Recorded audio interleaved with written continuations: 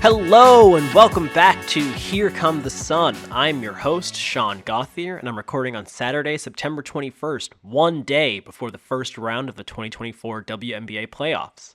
The Sun finished the regular season in the third seed at 28-12, and they're facing Aaliyah Boston, Caitlin Clark, and the Indiana Fever in the first round of a best-of-3 series that starts with 2 games at home at the Mohegan Sun Arena.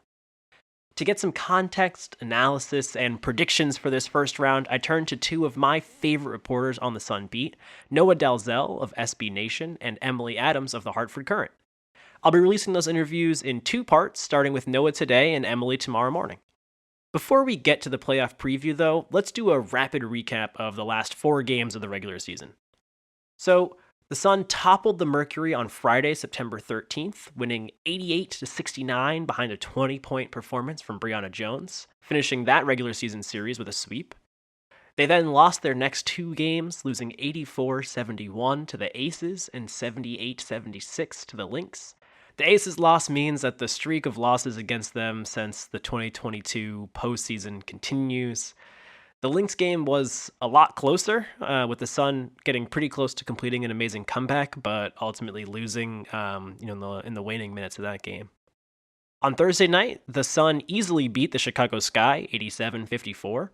The Sun did have some bright spots in this game, but ultimately this win comes down to the fact that the Sky were down to just 8 available players. They were missing major pieces in their lineup, including rookie Angel Reese, who suffered a season-ending wrist injury earlier this month. I'll just say that with these games, unfortunately, there's more to take away from the losses than the wins. The wins come against teams that are riddled with injuries and are also not real contenders for a championship this year.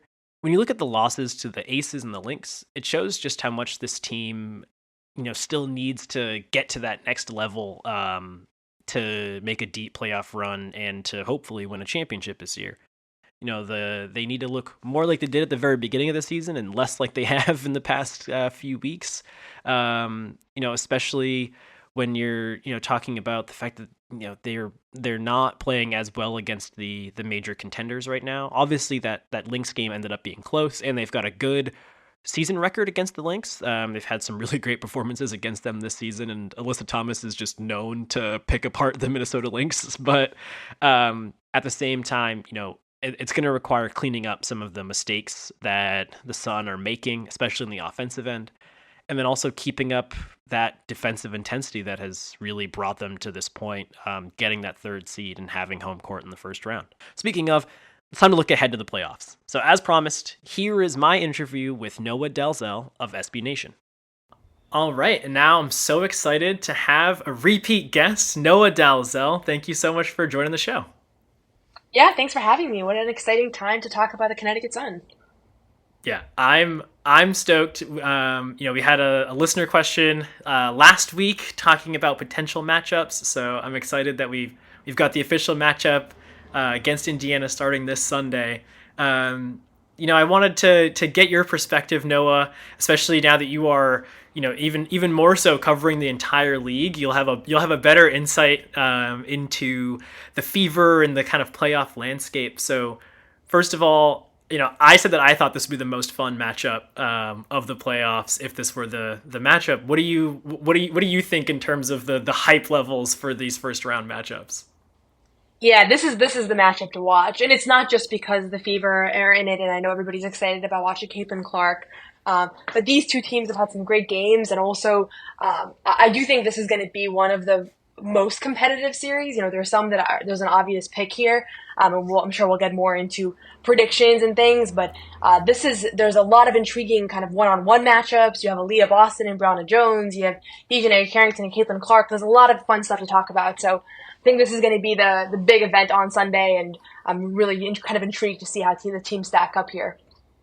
Yeah, also in terms of just like the storylines, obviously it's always great when you have Dejanay Carrington and Alyssa Smith facing each other on the court. So that's another nice little little matchup thing. I feel like for a while it was like we all saw it online, but it wasn't like an acknowledged thing in the media that they were dating. But now I feel like the cat's out of the bag, and so we can talk about it openly. So Yeah. that is I can't even imagine what it's like to go up in a playoff series or do or die playoff series against somebody that you've been dating for years, slash potentially she's engaged to. I couldn't gauge from the photos. Yeah, and there was also like the Sun just posted on their social media, like they were doing like a power couple thing, and they posted a I picture saw of that. Nalissa Smith wearing the same outfit as DJ character. And I was like, this is so great.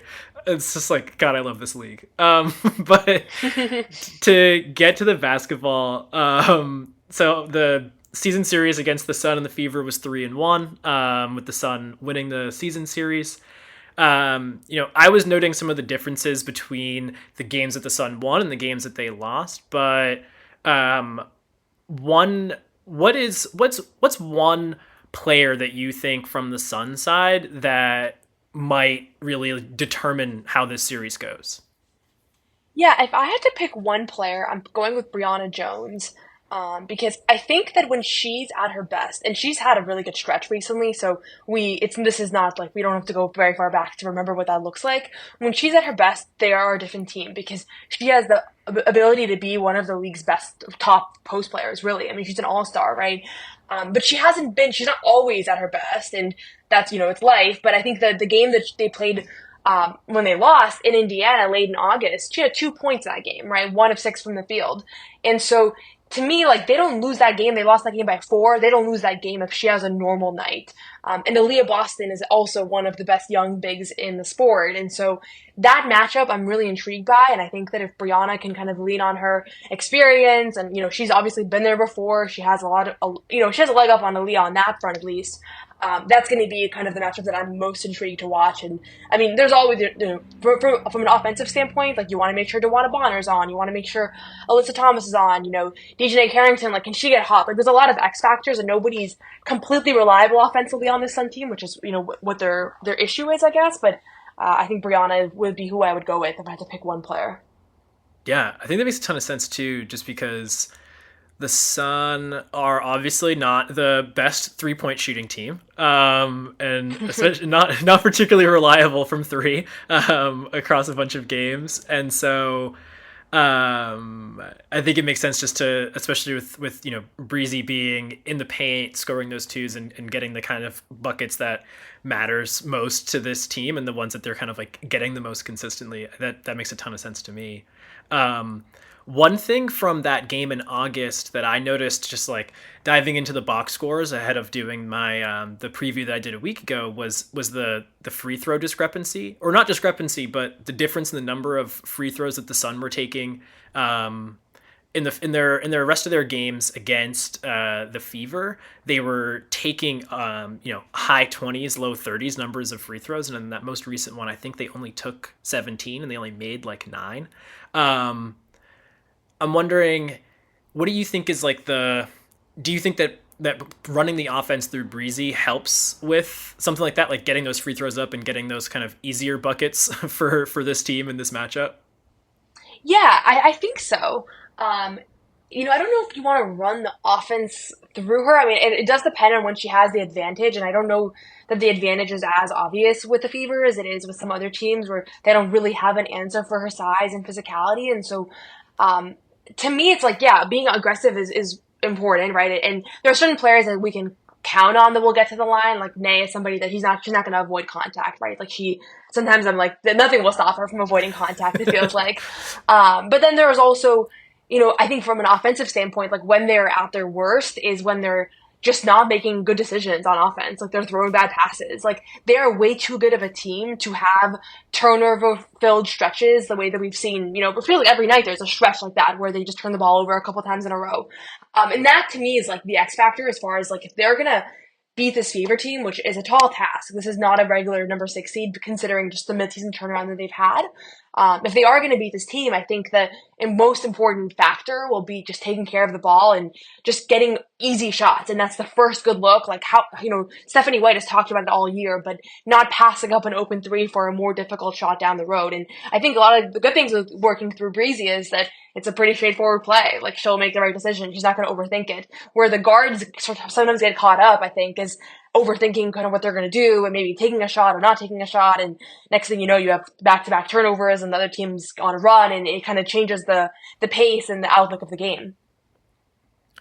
Yeah, just also thinking about like in terms of not passing up not passing up the easier shots. One thing that I saw the Sun do really well, was it last night that they played? Was it just last night? That was just last night. Was that last night? I feel like that was a week ago. I know.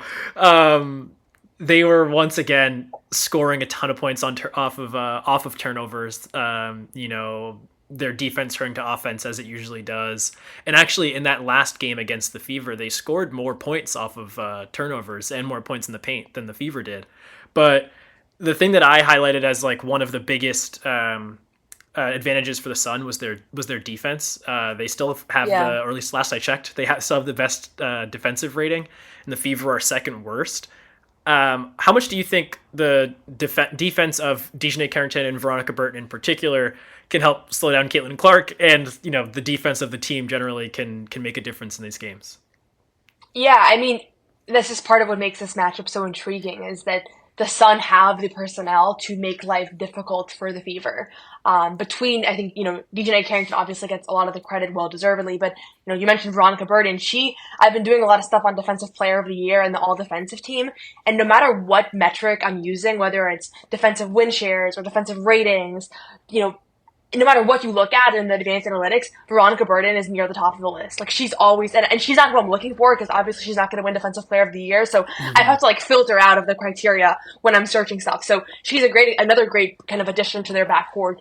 From that standpoint, it's going to be huge. I mean, this is the Suns' DNA. There's been very few games this season where Stephanie White has had anything negative to say about their defense. Like, their defense is something that is a coach's dream, the consistency with which they come out and defend.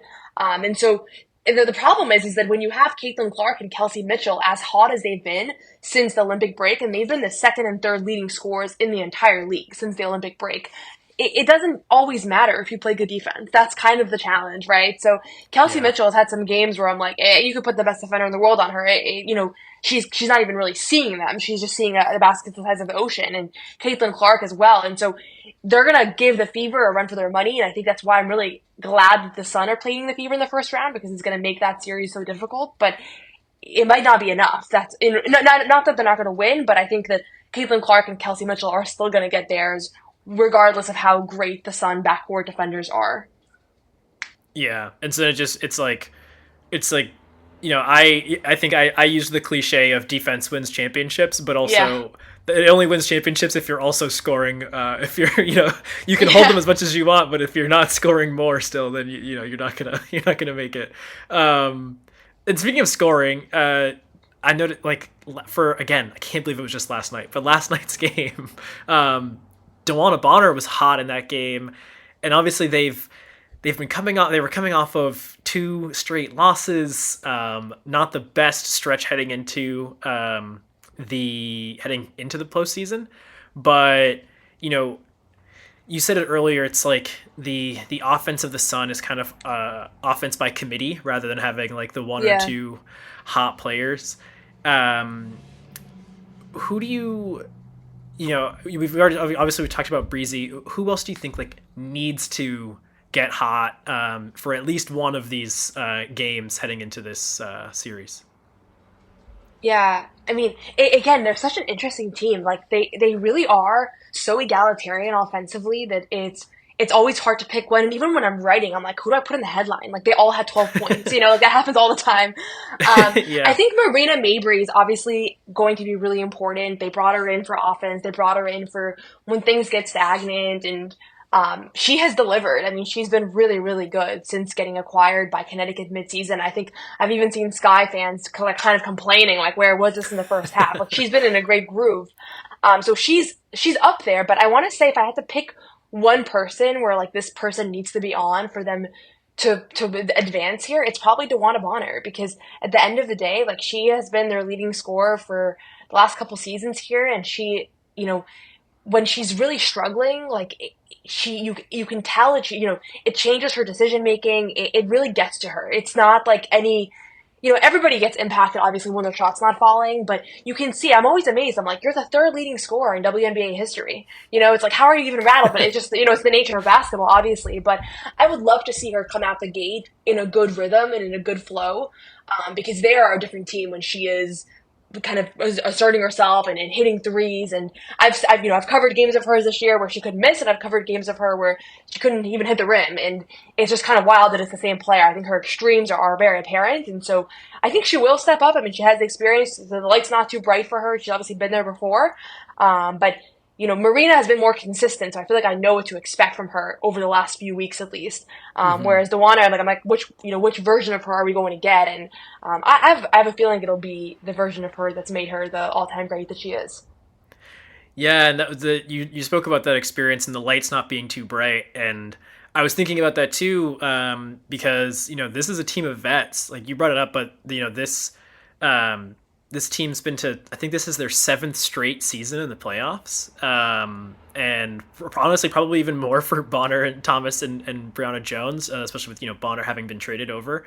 And it's like, how much, I mean, I guess it's not really a question you can answer, but I'm wondering, like, I wonder how much that experience, that first playoff experience, that first time in these bright lights, or, the first time for the Fever in a while where there's expectations on their playoffs. And I know that those expectations may have been heavy for them at first in the season, but they've been carrying those expectations well for the second half of the season. Yeah, it's tough because on paper, I'm like, okay, the Sun experience is going to be so much stronger than the Fever's because the Fever are so young. But I also do believe that this Indiana team is not going to show up rattled at Mohegan Sun. I think that they've been playing in front of sold out crowds at the Gainbridge Fieldhouse all year. Individually, we're talking about, Aaliyah Boston, Caitlin Clark, players that have been in national championship games. Like, this is not the first time they've been playing high stakes basketball. So the Sun have the edge from an experience standpoint, but considering how inexperienced this Indiana Fever team is, I don't think it's going to be as much of a disadvantage in reality than it might be on paper. And so I almost kind of like when I'm working on my big WNBA playoff preview right now, and I'm like, is experience a massive edge that you give Connecticut? Because they haven't gotten over the hump yet. This group hasn't. Obviously, Dawana has one.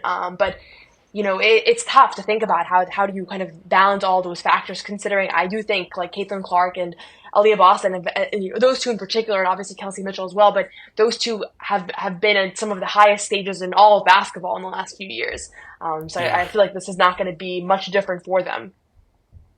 Yeah, that's a really good point. And then I think it's time to just do it. No, I think we've got to hear your prediction here. I predicted that the Sun are going to win. I think you brought up the Gainbridge Arena, and I was saying I think not having to be there for those first 2 games is pretty massive.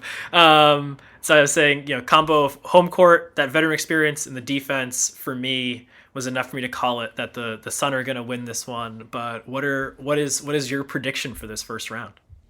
Yeah, my prediction is Connecticut in 2, but I do think that if they lose one of those 2 games, I'm going to shift my prediction and say that the Fever are going to win in 3. So they really have to get it done at home. And I know that in recent years, they've relied on that extra game to get it done on the road to get out of the first round. I think that you really have to avoid that if you're Connecticut here, because that's going to be a really tough one to beat. All of the momentum's going to be on Indiana's side. The whole world's going to be on Indiana's side, it's going to feel like. But I think they'll get it done. I think they'll come out and they'll win those 2 games, because the one thing about Indiana, and I'm a big fan of theirs, and it's been fun to watch that team. They're very captivating, but they had a really, really difficult start to the year, which also means they've had a much easier part of their schedule as of late.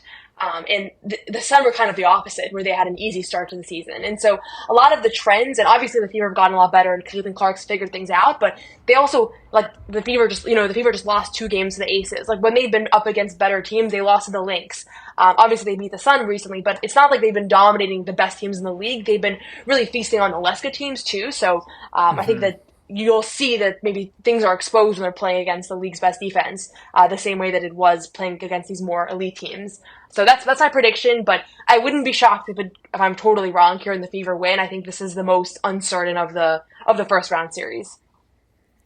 Yeah, and I'm with you. I think the Sun basically have to win it at home. I think you got to take the two that you've got Yeah. and make it count, because I mean the noise, the environment, the noise in the room and on TV and in the media spaces would just be, it'd be a lot of additional pressure and outside, again, noise that would just add so much to it.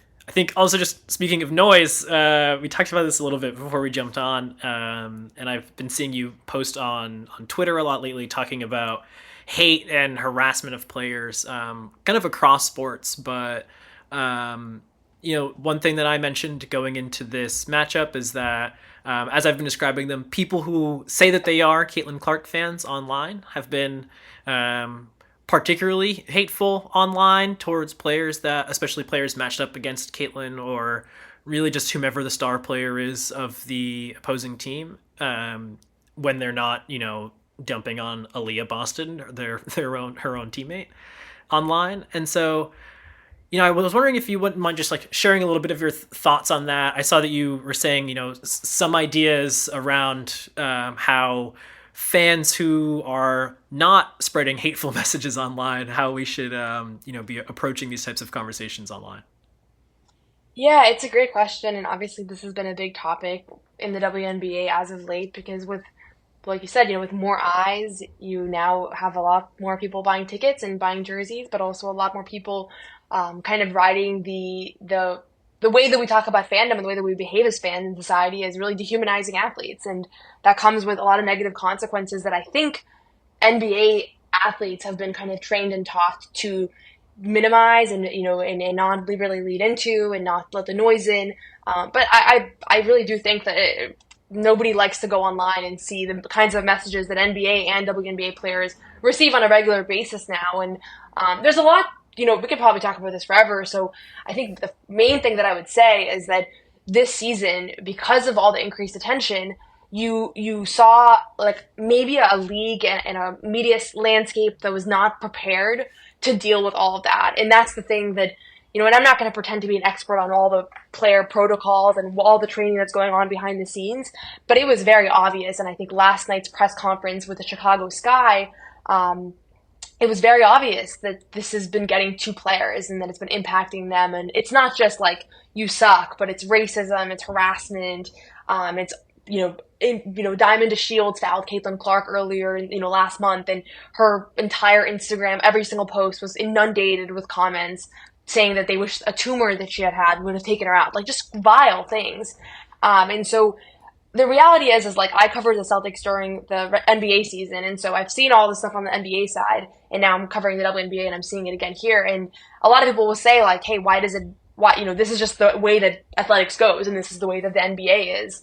And so if these players want to get paid and they want to be professionals, like they have to accept that this is how they're going to be treated. And I think we really need to flip that on its head and say like, hey, maybe this is a moment to actually think about like how we talk about NBA players too. And maybe now that we're kind of thinking critically about starting a new league, I mean, not that the league is new, but so much new attention and so much new media attention in particular, like this is an opportunity to stop all that. So it's never going to go away. And that's the thing, a lot of people have already reached out to me and been like, hey, like nice idea, but there's always going to be online trolling. There's always going to be hate.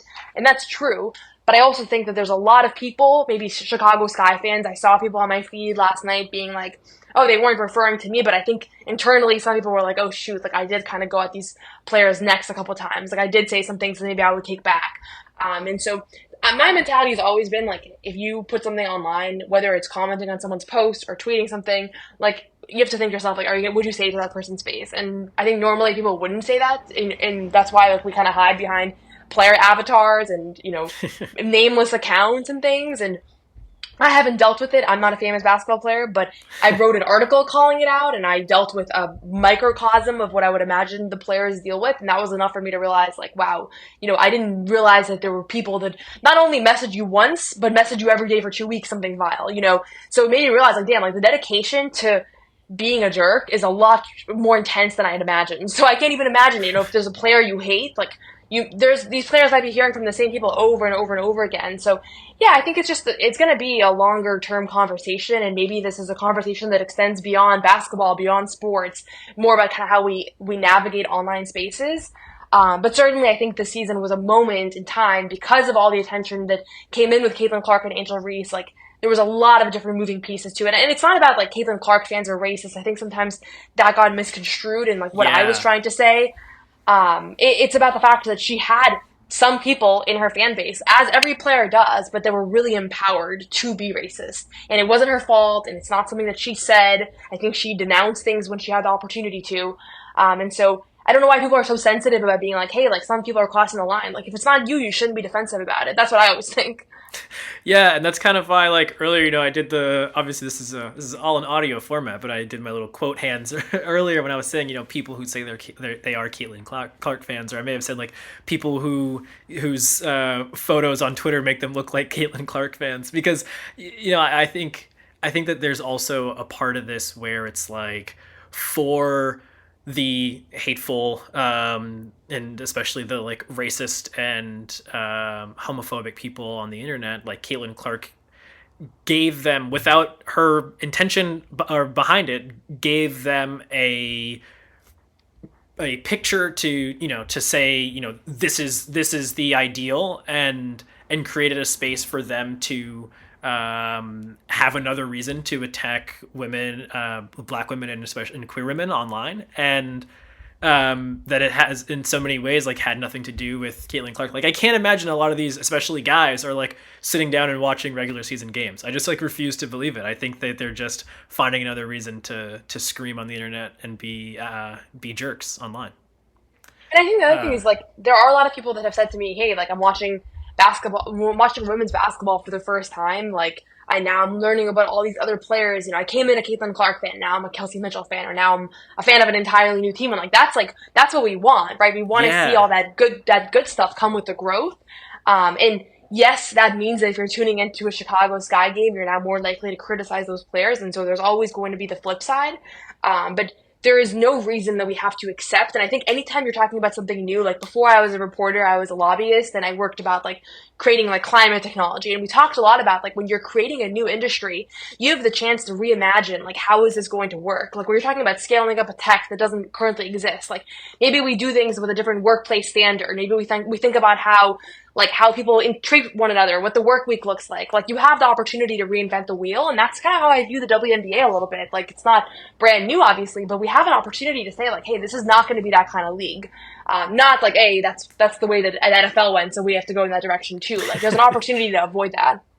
Yeah, and also, like, you are now a professional reporter. I'm still just a fan, and right, like, from my perspective, there's plenty of sports rivalries that run deep for me, but, like, I just can't imagine jumping on Twitter and just saying the absolute worst thing about a player just because they played for the Yankees or because they play for the Lakers, or, you know what I mean? Like I have nothing but good things to say about A'ja Wilson. I think she's incredible, and I want her to have a terrible game every time she plays against the Sun, right? Like, that's how it's supposed to work. You boo them, in the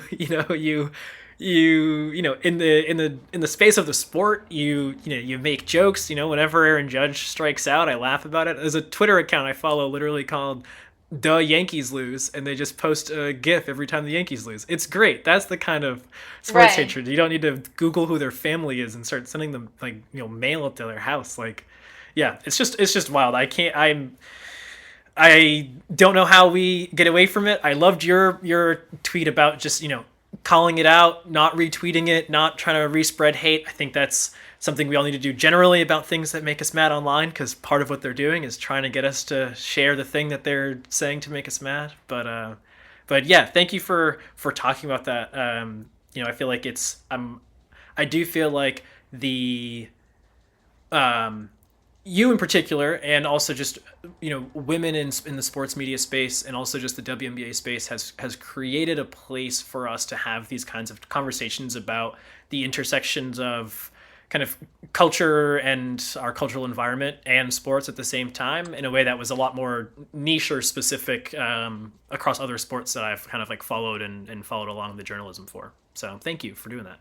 Yeah, no, thank you. And honestly, I think the line between fan and media member is more blurred than ever with the rise of social media and podcasts and things. So I view what you're doing of just being able to talk about this team and provide a space for fans who want to tune in, like as equally valuable. And I think that each of us, like, it's never going to be, I've had a lot of people reach out to me and say, like, hey, we're never going to be able to fix like Twitter or like online culture. But I think that even if 10% of the people that were participating don't participate because they thought about it a little bit differently and they heard people that they respect say something, like that's a big difference still. And it can be incremental progress. It doesn't need to be like black and white. So I hope, yeah, I think it's heading in the right direction because there's a lot of thoughtful people and players involved in this league. So as much as there's been challenges this season, I think that the fact that there's so much backlash is a good thing because it shows you that this, it's not something that people want to accept. Yeah. Well, Noah, thank you so much for being the first repeat guest on Here Come the Sun. Oh yeah, absolutely. Thanks for joining me. And you've had a bunch of new news in your own career. I mean, in the past couple months. Would you want to share with the Here Come the Sun listeners where they should be looking to find your work these days? Yeah, I would say two places. So if you are looking for WNBA coverage, I will be traveling all around the WNBA playoffs for the next month, and all my coverage will be at sbnation.com/WNBA. So you can follow along there. You can find me on Twitter where I'll be posting all those stories and tweets and videos and things from those games, Noa Dalzell. And then if you are a Celtics fan, which I would imagine there is some overlap between the Sun and the Celtics fans, I also have a new Celtics podcast called You Got Boston that I will be coming out with regular episodes throughout training camp. So this next month, I got you on the WNBA side and on the Celtics side, and I will somehow find a way to make that work. Incredible. Well, Noah, I'll make sure to put those links all in the show notes, and just want to say thanks again for joining us on the show. Yeah, thanks for having me. Thank you again to Noa Dalzell for being the first repeat guest here on Here Come the Sun. Check the show notes to follow Noa on social media and to read her work covering the Sun and the WNBA for SB Nation. Also, make sure you tune in tomorrow to hear part 2 of our playoff preview, my interview with Emily Adams of the Hartford Courant. I'll be releasing that early in the morning, so you have plenty of time to listen ahead of Game 1 at Mohegan Sun at 3 p.m. That's all for this episode. As a reminder, if you want to hear your voice on the show, please leave us a message at 617-903-7683. It can be a question for me or for an upcoming guest. It can be a celebration from a game. It can be your thoughts on the most recent game. Anything you want, I'd love to have your voice here on the show. You can also send us an email at ctsunpod@gmail.com or DM us on social media at ctsunpod. If you're a regular listener, please help spread the word about the show to other Sun fans in your network. Tell a seat neighbor at one of these playoff games coming up, or share it with friends or family. It's really going to help grow the show and get more incredible guests like Noah and Emily on the show for future episodes. If this is your first episode you've listened to, welcome. Please subscribe wherever you get podcasts or on YouTube, and join the Here Come the Sun community. All right, that's it from me. I will talk to you early tomorrow morning here on Here Come the Sun.